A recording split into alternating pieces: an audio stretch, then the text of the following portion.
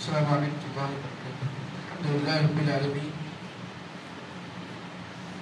والعاقبۃ للمتقین والصلاۃ والسلام علی رسول الامین وعلى آلہ واصحابہ اجمعین. اما بعد فاعوذ باللہ من الشیطان الرجیم. بسم اللہ الرحمن الرحیم. قال اللہ عز وجل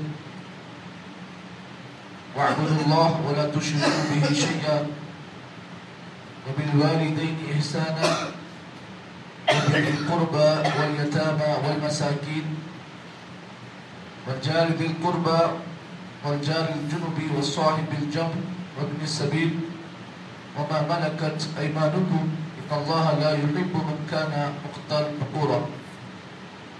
گزشتہ کئی دنوں سے آپ حضرات کے درمیان میں سورۃ النساء کی آیت نمبر 35 اس پر تفصیلی گفتگو چل رہی تھی. اس آیت کریمہ کے اندر اللہ رب العالمین نے 10 حقوق کو بیان کیا، جس میں سے تقریباً 4 یا 5 حقوق کے بارے میں آپ کے سامنے گفتگو کی گئی. آج کے درس میں آپ حضرات کے سامنے ایک اور حق جس کو اللہ تعالیٰ نے ادا کرنے کا حکم دیا،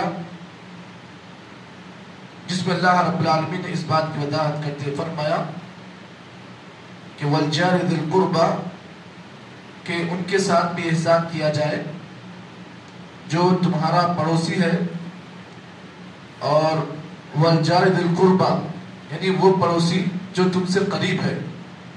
اب یہاں پر وہ پڑوسی جو تم سے قریب ہے، اس سے مراد ایسا پڑوسی جو بالکل غریب الوطن ہو، یعنی اس کا کوئی وطن نہ ہو، وہ آپ کے ملک کو آیا ہے، آپ کے مقام میں آیا ہے اور اجنبی ہے، بالکل ایسے شہر میں آیا ہے کہ وہ شہر اس کے لیے اجنبی ہے.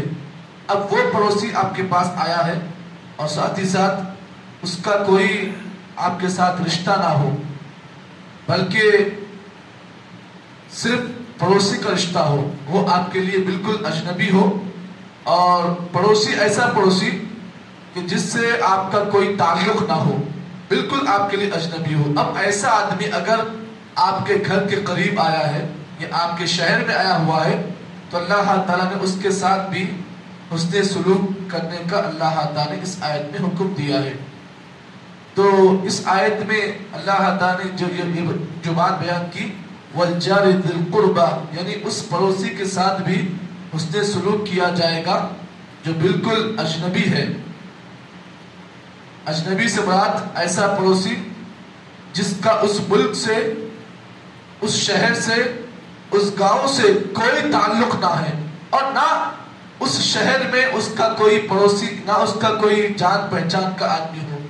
اگر ایسا آدمی آپ کے پاس آیا ہوا ہے اور آپ کے گھر کے قریب میں اس کو کوئی گھر مل چکا ہے کرائے کے طور پر، تو اس کے ساتھ بھی اللہ تعالیٰ نے حسن سلوک کرنے کا اس آیت کریمہ کے اندر حکم دیا ہے. اس سلسلے میں یہ بات یاد رکھیں، اللہ رب العالمین نے قرآن مجید کے اندر بے شمار آیتیں ایسے پڑوسیوں کے بارے میں اللہ نے نازل کی ہیں، اور اللہ کے نبی صلی اللہ علیہ وسلم نے اپنی احادیث کے اندر بے شمار حدیثوں کو آپ نے بیان کیا. اور خصوصاً پڑوسی کے بارے میں اللہ کے نبی صلی اللہ علیہ وسلم نے صحیح بخاری اور صحیح مسلم کی احادیث میں اللہ کے نبی صلی اللہ علیہ وسلم نے پڑوسیوں کے ساتھ حسن سلوک کرنے کا حکم دیا. جیسا کہ صحیح بخاری اور مسلم کی وہ روایت جس کے راوی حضرت ابو شریح القضائی رضی اللہ تعالیٰ عنہ ہیں، فرماتے ہیں نبی اکرم صلی اللہ علیہ وسلم نے فرمایا من کان یؤمن باللہ والیوم الآخر، تم میں سے جو شخص اللہ پر ایمان رکھتا ہے اور آخرت کے دن پر ایمان رکھتا ہے فلیحسن الی جارہ، تو اس آدمی کو چاہیے کہ اپنے پڑوسی کے ساتھ حسن سلوک کرے، پڑوسی کے ساتھ اچھا سلوک کرے. تو معلوم یہ ہوا اللہ کے نبی صلی اللہ علیہ وسلم نے اس حدیث کے اندر یہ بات بیان کی کہ جس آدمی کے اندر اللہ پر ایمان ہوتا ہے اور آخرت کے دن پر ایمان ہوتا ہے، وہی شخص پڑوسی کے ساتھ حسن سلوک کرتا ہے. کیا مطلب اس حدیث کا؟ حدیث کا مطلب یہ ہوا کہ جو آدمی پڑوسیوں کے ساتھ حسن سلوک کرتا ہے، اس کا مطلب یہ ہے کہ وہ اللہ تعالیٰ پر ایمان رکھتا ہے. اور جس کے پاس یہ عادت نہیں ہے کہ وہ پڑوسیوں کے ساتھ اچھا سلوک نہیں کرتا ہے، تو اس کا مطلب یہ ہے کہ اللہ تعالیٰ پر اس کا ایمان صحیح معنی میں نہیں ہے. تو معلوم یہ ہوا کہ ہمیں اور آپ کو پڑوسیوں کے ساتھ اچھا سلوک کرنے کا اللہ کے نبی نے حکم دیا ہے. اور یہاں تک اللہ کے نبی صلی اللہ علیہ وسلم نے ایک اور حدیث میں یہ بات بیان کی کہ اللہ کے نبی صلی اللہ علیہ وسلم کو خود حضرت جبریل علیہ السلام نے اس بات کی وصیت کرتے فرمایا ما زال جبریل یوصینی بالجار حتی ظننت انہ سیورثہ. حضرت جبریل علیہ السلام نے اللہ کے نبی صلی اللہ علیہ وسلم کو پڑوسیوں کے ساتھ حسن سلوک کرنے کی ایسی وصیت کی. نبی نے فرمایا حتی ظننت انہ سیورثہ. بار بار اتنی نصیحت حضرت جبریل نے اللہ کے نبی کو کی کہ نبی اکرم صلی اللہ علیہ وسلم فرماتے ہیں میں نے گمان کر لیا کہ کہیں حضرت جبریل علیہ السلام مجھے پڑوسیوں کو وارث نہ بنا دے میرا. تو معلوم یہ ہوا جیسے وارثین کے ساتھ حسن سلوک کرنے کا اللہ تعالیٰ نے حکم دیا، اس سے بڑھ کر پڑوسیوں کے ساتھ حسن سلوک کرنے کا اللہ کے نبی صلی اللہ علیہ وسلم کو حضرت جبریل نے اس کی نصیحت کی. تو معلوم یہ ہوا پڑوسیوں کے ساتھ حسن سلوک کرنے کا اسلام میں ہمیں اور آپ کو حکم دیا. اور خاص کر وہ پڑوسی جو آپ کے لیے بالکل اجنبی ہیں، وہ پڑوسی جو باہر ملک سے آئے ہوئے ہیں، باہر مقام سے آئے ہوئے ہیں، اور ایسا مقام ان کے لیے جو بالکل اجنبی ہے، جہاں پر ان کا کوئی رشتہ دار نہیں ہے. اب ایسا اگر آدمی آپ کے گھر کے پاس پڑوسی بن کر آتا ہے تو شریعت اسلامیہ نے آپ کو اس کے ساتھ حسن سلوک کا حکم دیا. اب سوال یہ پیدا ہوا کہ ایسے پڑوسیوں کے ساتھ حسن سلوک کرنے کا حق کیا ہے، ان کے ساتھ کیسے حسن سلوک کریں. یہ سوال بڑا اہم ہے کہ ایسے پڑوسیوں کے ساتھ حسن سلوک ہم کیسے کریں گے. آئیے کچھ باتیں آپ کے سامنے پیش کروں گا. پہلی بات، ایسے پڑوسیوں کے ساتھ حسن سلوک کرنے کا پہلا حق یہ ہے الاحسان الیہ قولا و فعلا. ایسے پڑوسیوں کے ساتھ جب بھی آپ بات کریں تو آپ اچھے انداز سے بات کریں. آپ ان سے جب بھی بات کریں اچھے انداز سے بات کریں، پہلا حق بنتا ہے آپ پر. دوسرا حق حمایتہ و تأمینہ. اگر ایسے پڑوسی جو آپ کے گھر کے بالکل بازو میں ہے یا آپ کے محلے میں ہے تو ایسے پڑوسیوں کے ساتھ آپ کا دوسرا حق یہ بنتا ہے حمایتہ و وقایہ. آپ ان کی ہمیشہ مدد کریں اور ان کی مشکل میں آپ ان کے ساتھی بن جائیں. اگر انہیں کوئی مصیبت پہنچتی ہے تو وہ ان کی مصیبت نہیں بلکہ وہ آپ کی مصیبت ہونا چاہیے. یہ دوسرا حق بنتا ہے. تیسرا حق رد الغیبۃ عنہ. اگر کوئی شخص ان کے بارے میں غیبت کر رہا ہے تو آپ اس غیبت کو دور کرنے کا کام کریں. اگر کوئی شخص ان کے بارے میں آپ کے سامنے غیبت کر رہا ہے تو آپ کیا کریں؟ اس غیبت کو دور کرنے والا بنائیں. نہیں بھائی، یہ آدمی ایسا نہیں ہے، یہ آدمی ایسی صفت کا حامل نہیں ہے. آپ کے پاس اگر کوئی آدمی اس کی غیبت کر رہا ہے تو آپ اس کی غیبت کو دور کریں. چوتھا حق کیا بنتا ہے آپ کا؟ حفظ السر.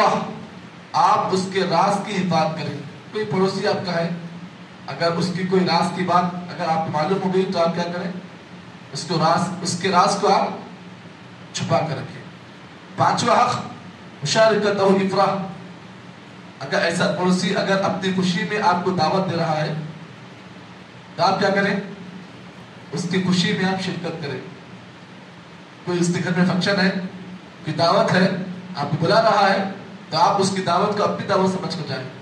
اور چھٹا حق یہ بنتا ہے وَأَسَاتُهُ فِي مَصَائِبِهِ وَأَهْدَانِهِ. آپ اس کی مصیبت میں، اس کے غم میں آپ اس کے ساتھی بن جائیں. کبھی کبھار اگر کوئی مصیبت اس کو پہنچ جائے، کوئی تکلیف اس کو پہنچ جائے تو آپ ڈھال بن کر اس مصیبت کا سامنا کریں. دیکھ بھائی، تجھے مصیبت پہنچی ہے نا، میں تیرے مصیبت میں تیرا ساتھی ہوں. کبھی کبھار کیا ہوتا ہے کہ جب انسان کو مصیبت آتی ہے نا تو اچھے خاصے لوگ بھی دور ہو جاتے ہیں. اچھے خاصے سگے بھائی بھی ایسے موقع پر جو ہے ہاتھ اپنا چھوڑ دیتے ہیں. ایسے موقع پر پڑوسیوں کے ساتھ اگر کوئی آدمی یہ کہتا ہے دیکھ بھائی تو ٹینشن نہ لے، میں تیرا ساتھ ہوں، میں تجھے سپورٹ کروں گا، اگر ایسا کام کرتے ہیں تو اس کا مطلب یہ ہے کہ آپ نے قرآن مجید کی اس آیت کے تحت آپ نے عمل کیا ہے. اور ساتواں حق تلبیت الدعوہ. آپ کے اوپر ایک اور فرض بنتا ہے، وہ کیا ہے؟ آپ ان کی دعوت میں لبیک کہیں. وہ کبھی بھی آپ کو دعوت دے رہے ہیں تو آپ کیا کریں؟ دعوت میں لبیک کہیں. اگر آپ کو بلا رہے ہیں، ایسا پڑوسی آپ بلا رہا ہے، کہیں جانے کے لیے بلا رہا ہے، اور کہیں پر جانے کے لیے آپ کو وہ یاد کر رہا ہے، تو آپ کیا کریں؟ اس کی دعوت میں لبیک کہیں. اور نواں حق یہ بنتا ہے عیادۃ فی حالہ المرض. اگر ایسا پڑوسی بیمار ہو چکا ہے تو آپ کیا کریں؟ اس کی مزاج پرسی کریں. یہ کل 9 حقوق ہیں جو میں نے آپ کے سامنے پیش کیے. اس میں سے سب سے آخری جو حق بنتا ہے وہ ہے عیادۃ فی حالہ المرض. ایسے پڑوسی کی آپ بیماری کی حالت میں اس کی مزاج پرسی کریں. آج ہمارا معاملہ یہ ہے، ہمارے پاس یہ جو عادتیں ہیں نا آہستہ آہستہ ختم ہو رہی ہیں. جب سے فونوں میں یہ جو واٹس ایپ آیا ہوا ہے، یہ جو ٹویٹر، یہ جو واٹس ایپ، فیس بک کی شکل میں جو بھی چیزیں آئی ہوئی ہیں، اس سے کیا ہو رہا ہے کہ ہمارے اندر سے جو اچھائی کی جو عادتیں ہیں نا آہستہ آہستہ ختم ہو رہی ہیں. ارے ہمارا پڑوسی بیمار ہے، ہمارے گھر کے بازو بیچارہ مر گیا ہے، اطلاع نہیں ہے بازو والے کو کہ بازو گھر میں کوئی مر چکا ہے، کسی کا انتقال ہو چکا ہے، کوئی بیمار ہے، کوئی بستر پر ہے. جانے کی توفیق بھی نہیں ہوتی. توفیق تو دور کی بات، اس کے بارے میں معلوم بھی کرتے نہیں کہ بیچارہ کیسا ہے. یہ صحیح اسلام نہیں ہے، یہ جعلی اسلام ہے. ہمیں اللہ کے نبی صلی اللہ علیہ وسلم نے اصلی اسلام دے کر اس دنیا سے آپ چلے گئے، لیکن آج اسی اسلام کے ماننے والوں نے اپنے اسلام کو جعلی کر دیا ہے. تو معلوم یہ ہوا اصلی اسلام یہ ہے کہ اگر آپ کا پڑوسی اگر مصیبت میں ہے، تکلیف میں ہے، بیماری کی حالت میں ہے، تو آپ کا کام یہ ہونا چاہیے، آپ کا یہ حق بنتا ہے کہ آپ اس کے گھر کو جائیں، آپ اس کی مزاج پرسی کریں، اس کی بیماری میں آپ اس کا ساتھی بنیں. یہ اسلام کا وہ حق ہے جس کو ہمارے نبی نے ادا کیا ہے، اور جس کو ہمارے نبی نے ادا کیا، اسی حق کو صحابہ کرام نے بھی ادا کیا ہے. تو معلوم یہ ہوا یہ باتیں ہم لوگ سننے میں لائٹ لیتے ہیں، لیکن ان باتوں کا جو اجر ہے نا، ثواب جو ہے نا، آپ کو یہاں نہیں ملے گا، لیکن اللہ تعالیٰ کے پاس اس کا بہت بڑا ثواب آپ کو ملے گا. کل قیامت میں اللہ تعالیٰ ایک آدمی کے پاس آئے گا، کہے گا مرضت فلم تعودنی، کہ بندے میں دنیا کے اندر بیمار تھا، میں بیمار تھا، مجھے بیماری ہو گئی تھی، فلم تعودنی، تو نے میری مزاج پرسی نہیں کی. بندہ کہے گا اللہ تو بیمار تھا، تیری شان کے لائق نہیں تھی کہ تو بیمار ہو سکتا ہے. اللہ کہے گا میں تو بیمار نہیں تھا، لیکن تیرا فلاں پڑوسی بیمار تھا، تیرے گھر کے بازو فلاں آدمی بیمار تھا، تو نے اس کی مزاج پرسی نہیں کی. اگر تو اس کی مزاج پرسی کرتا تو اس کی جگہ تو مجھے شامل کرنا. جی ہاں، یہ اللہ کے نبی کی وہ حدیث ہے جس کو اللہ کے نبی نے بیان کیا ہے. یہ کوئی ضعیف اور موضوع حدیثیں نہیں ہیں، بلکہ بالکل صحیح حدیثیں ہیں. یہ الگ بات ہے کہ ہم نے ان چیزوں کو لائٹ لے لیا ہے. تو یہ بات یاد رکھیں، اصول کو اب ہمیشہ یاد رکھیں.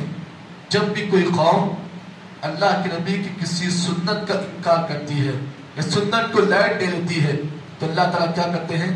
اس سنت کی جگہ اللہ تعالیٰ ایک بدعت کو اللہ تعالیٰ کر کھڑا کرتے ہیں. تو آج ہمارے پاس معاملہ یہ ہے کہ سنتیں آہستہ آہستہ ختم ہو رہی ہیں. کیا ہو رہا ہے؟ بدعتیں نئی نئی آ کر سنت کی جگہ لے رہی ہیں.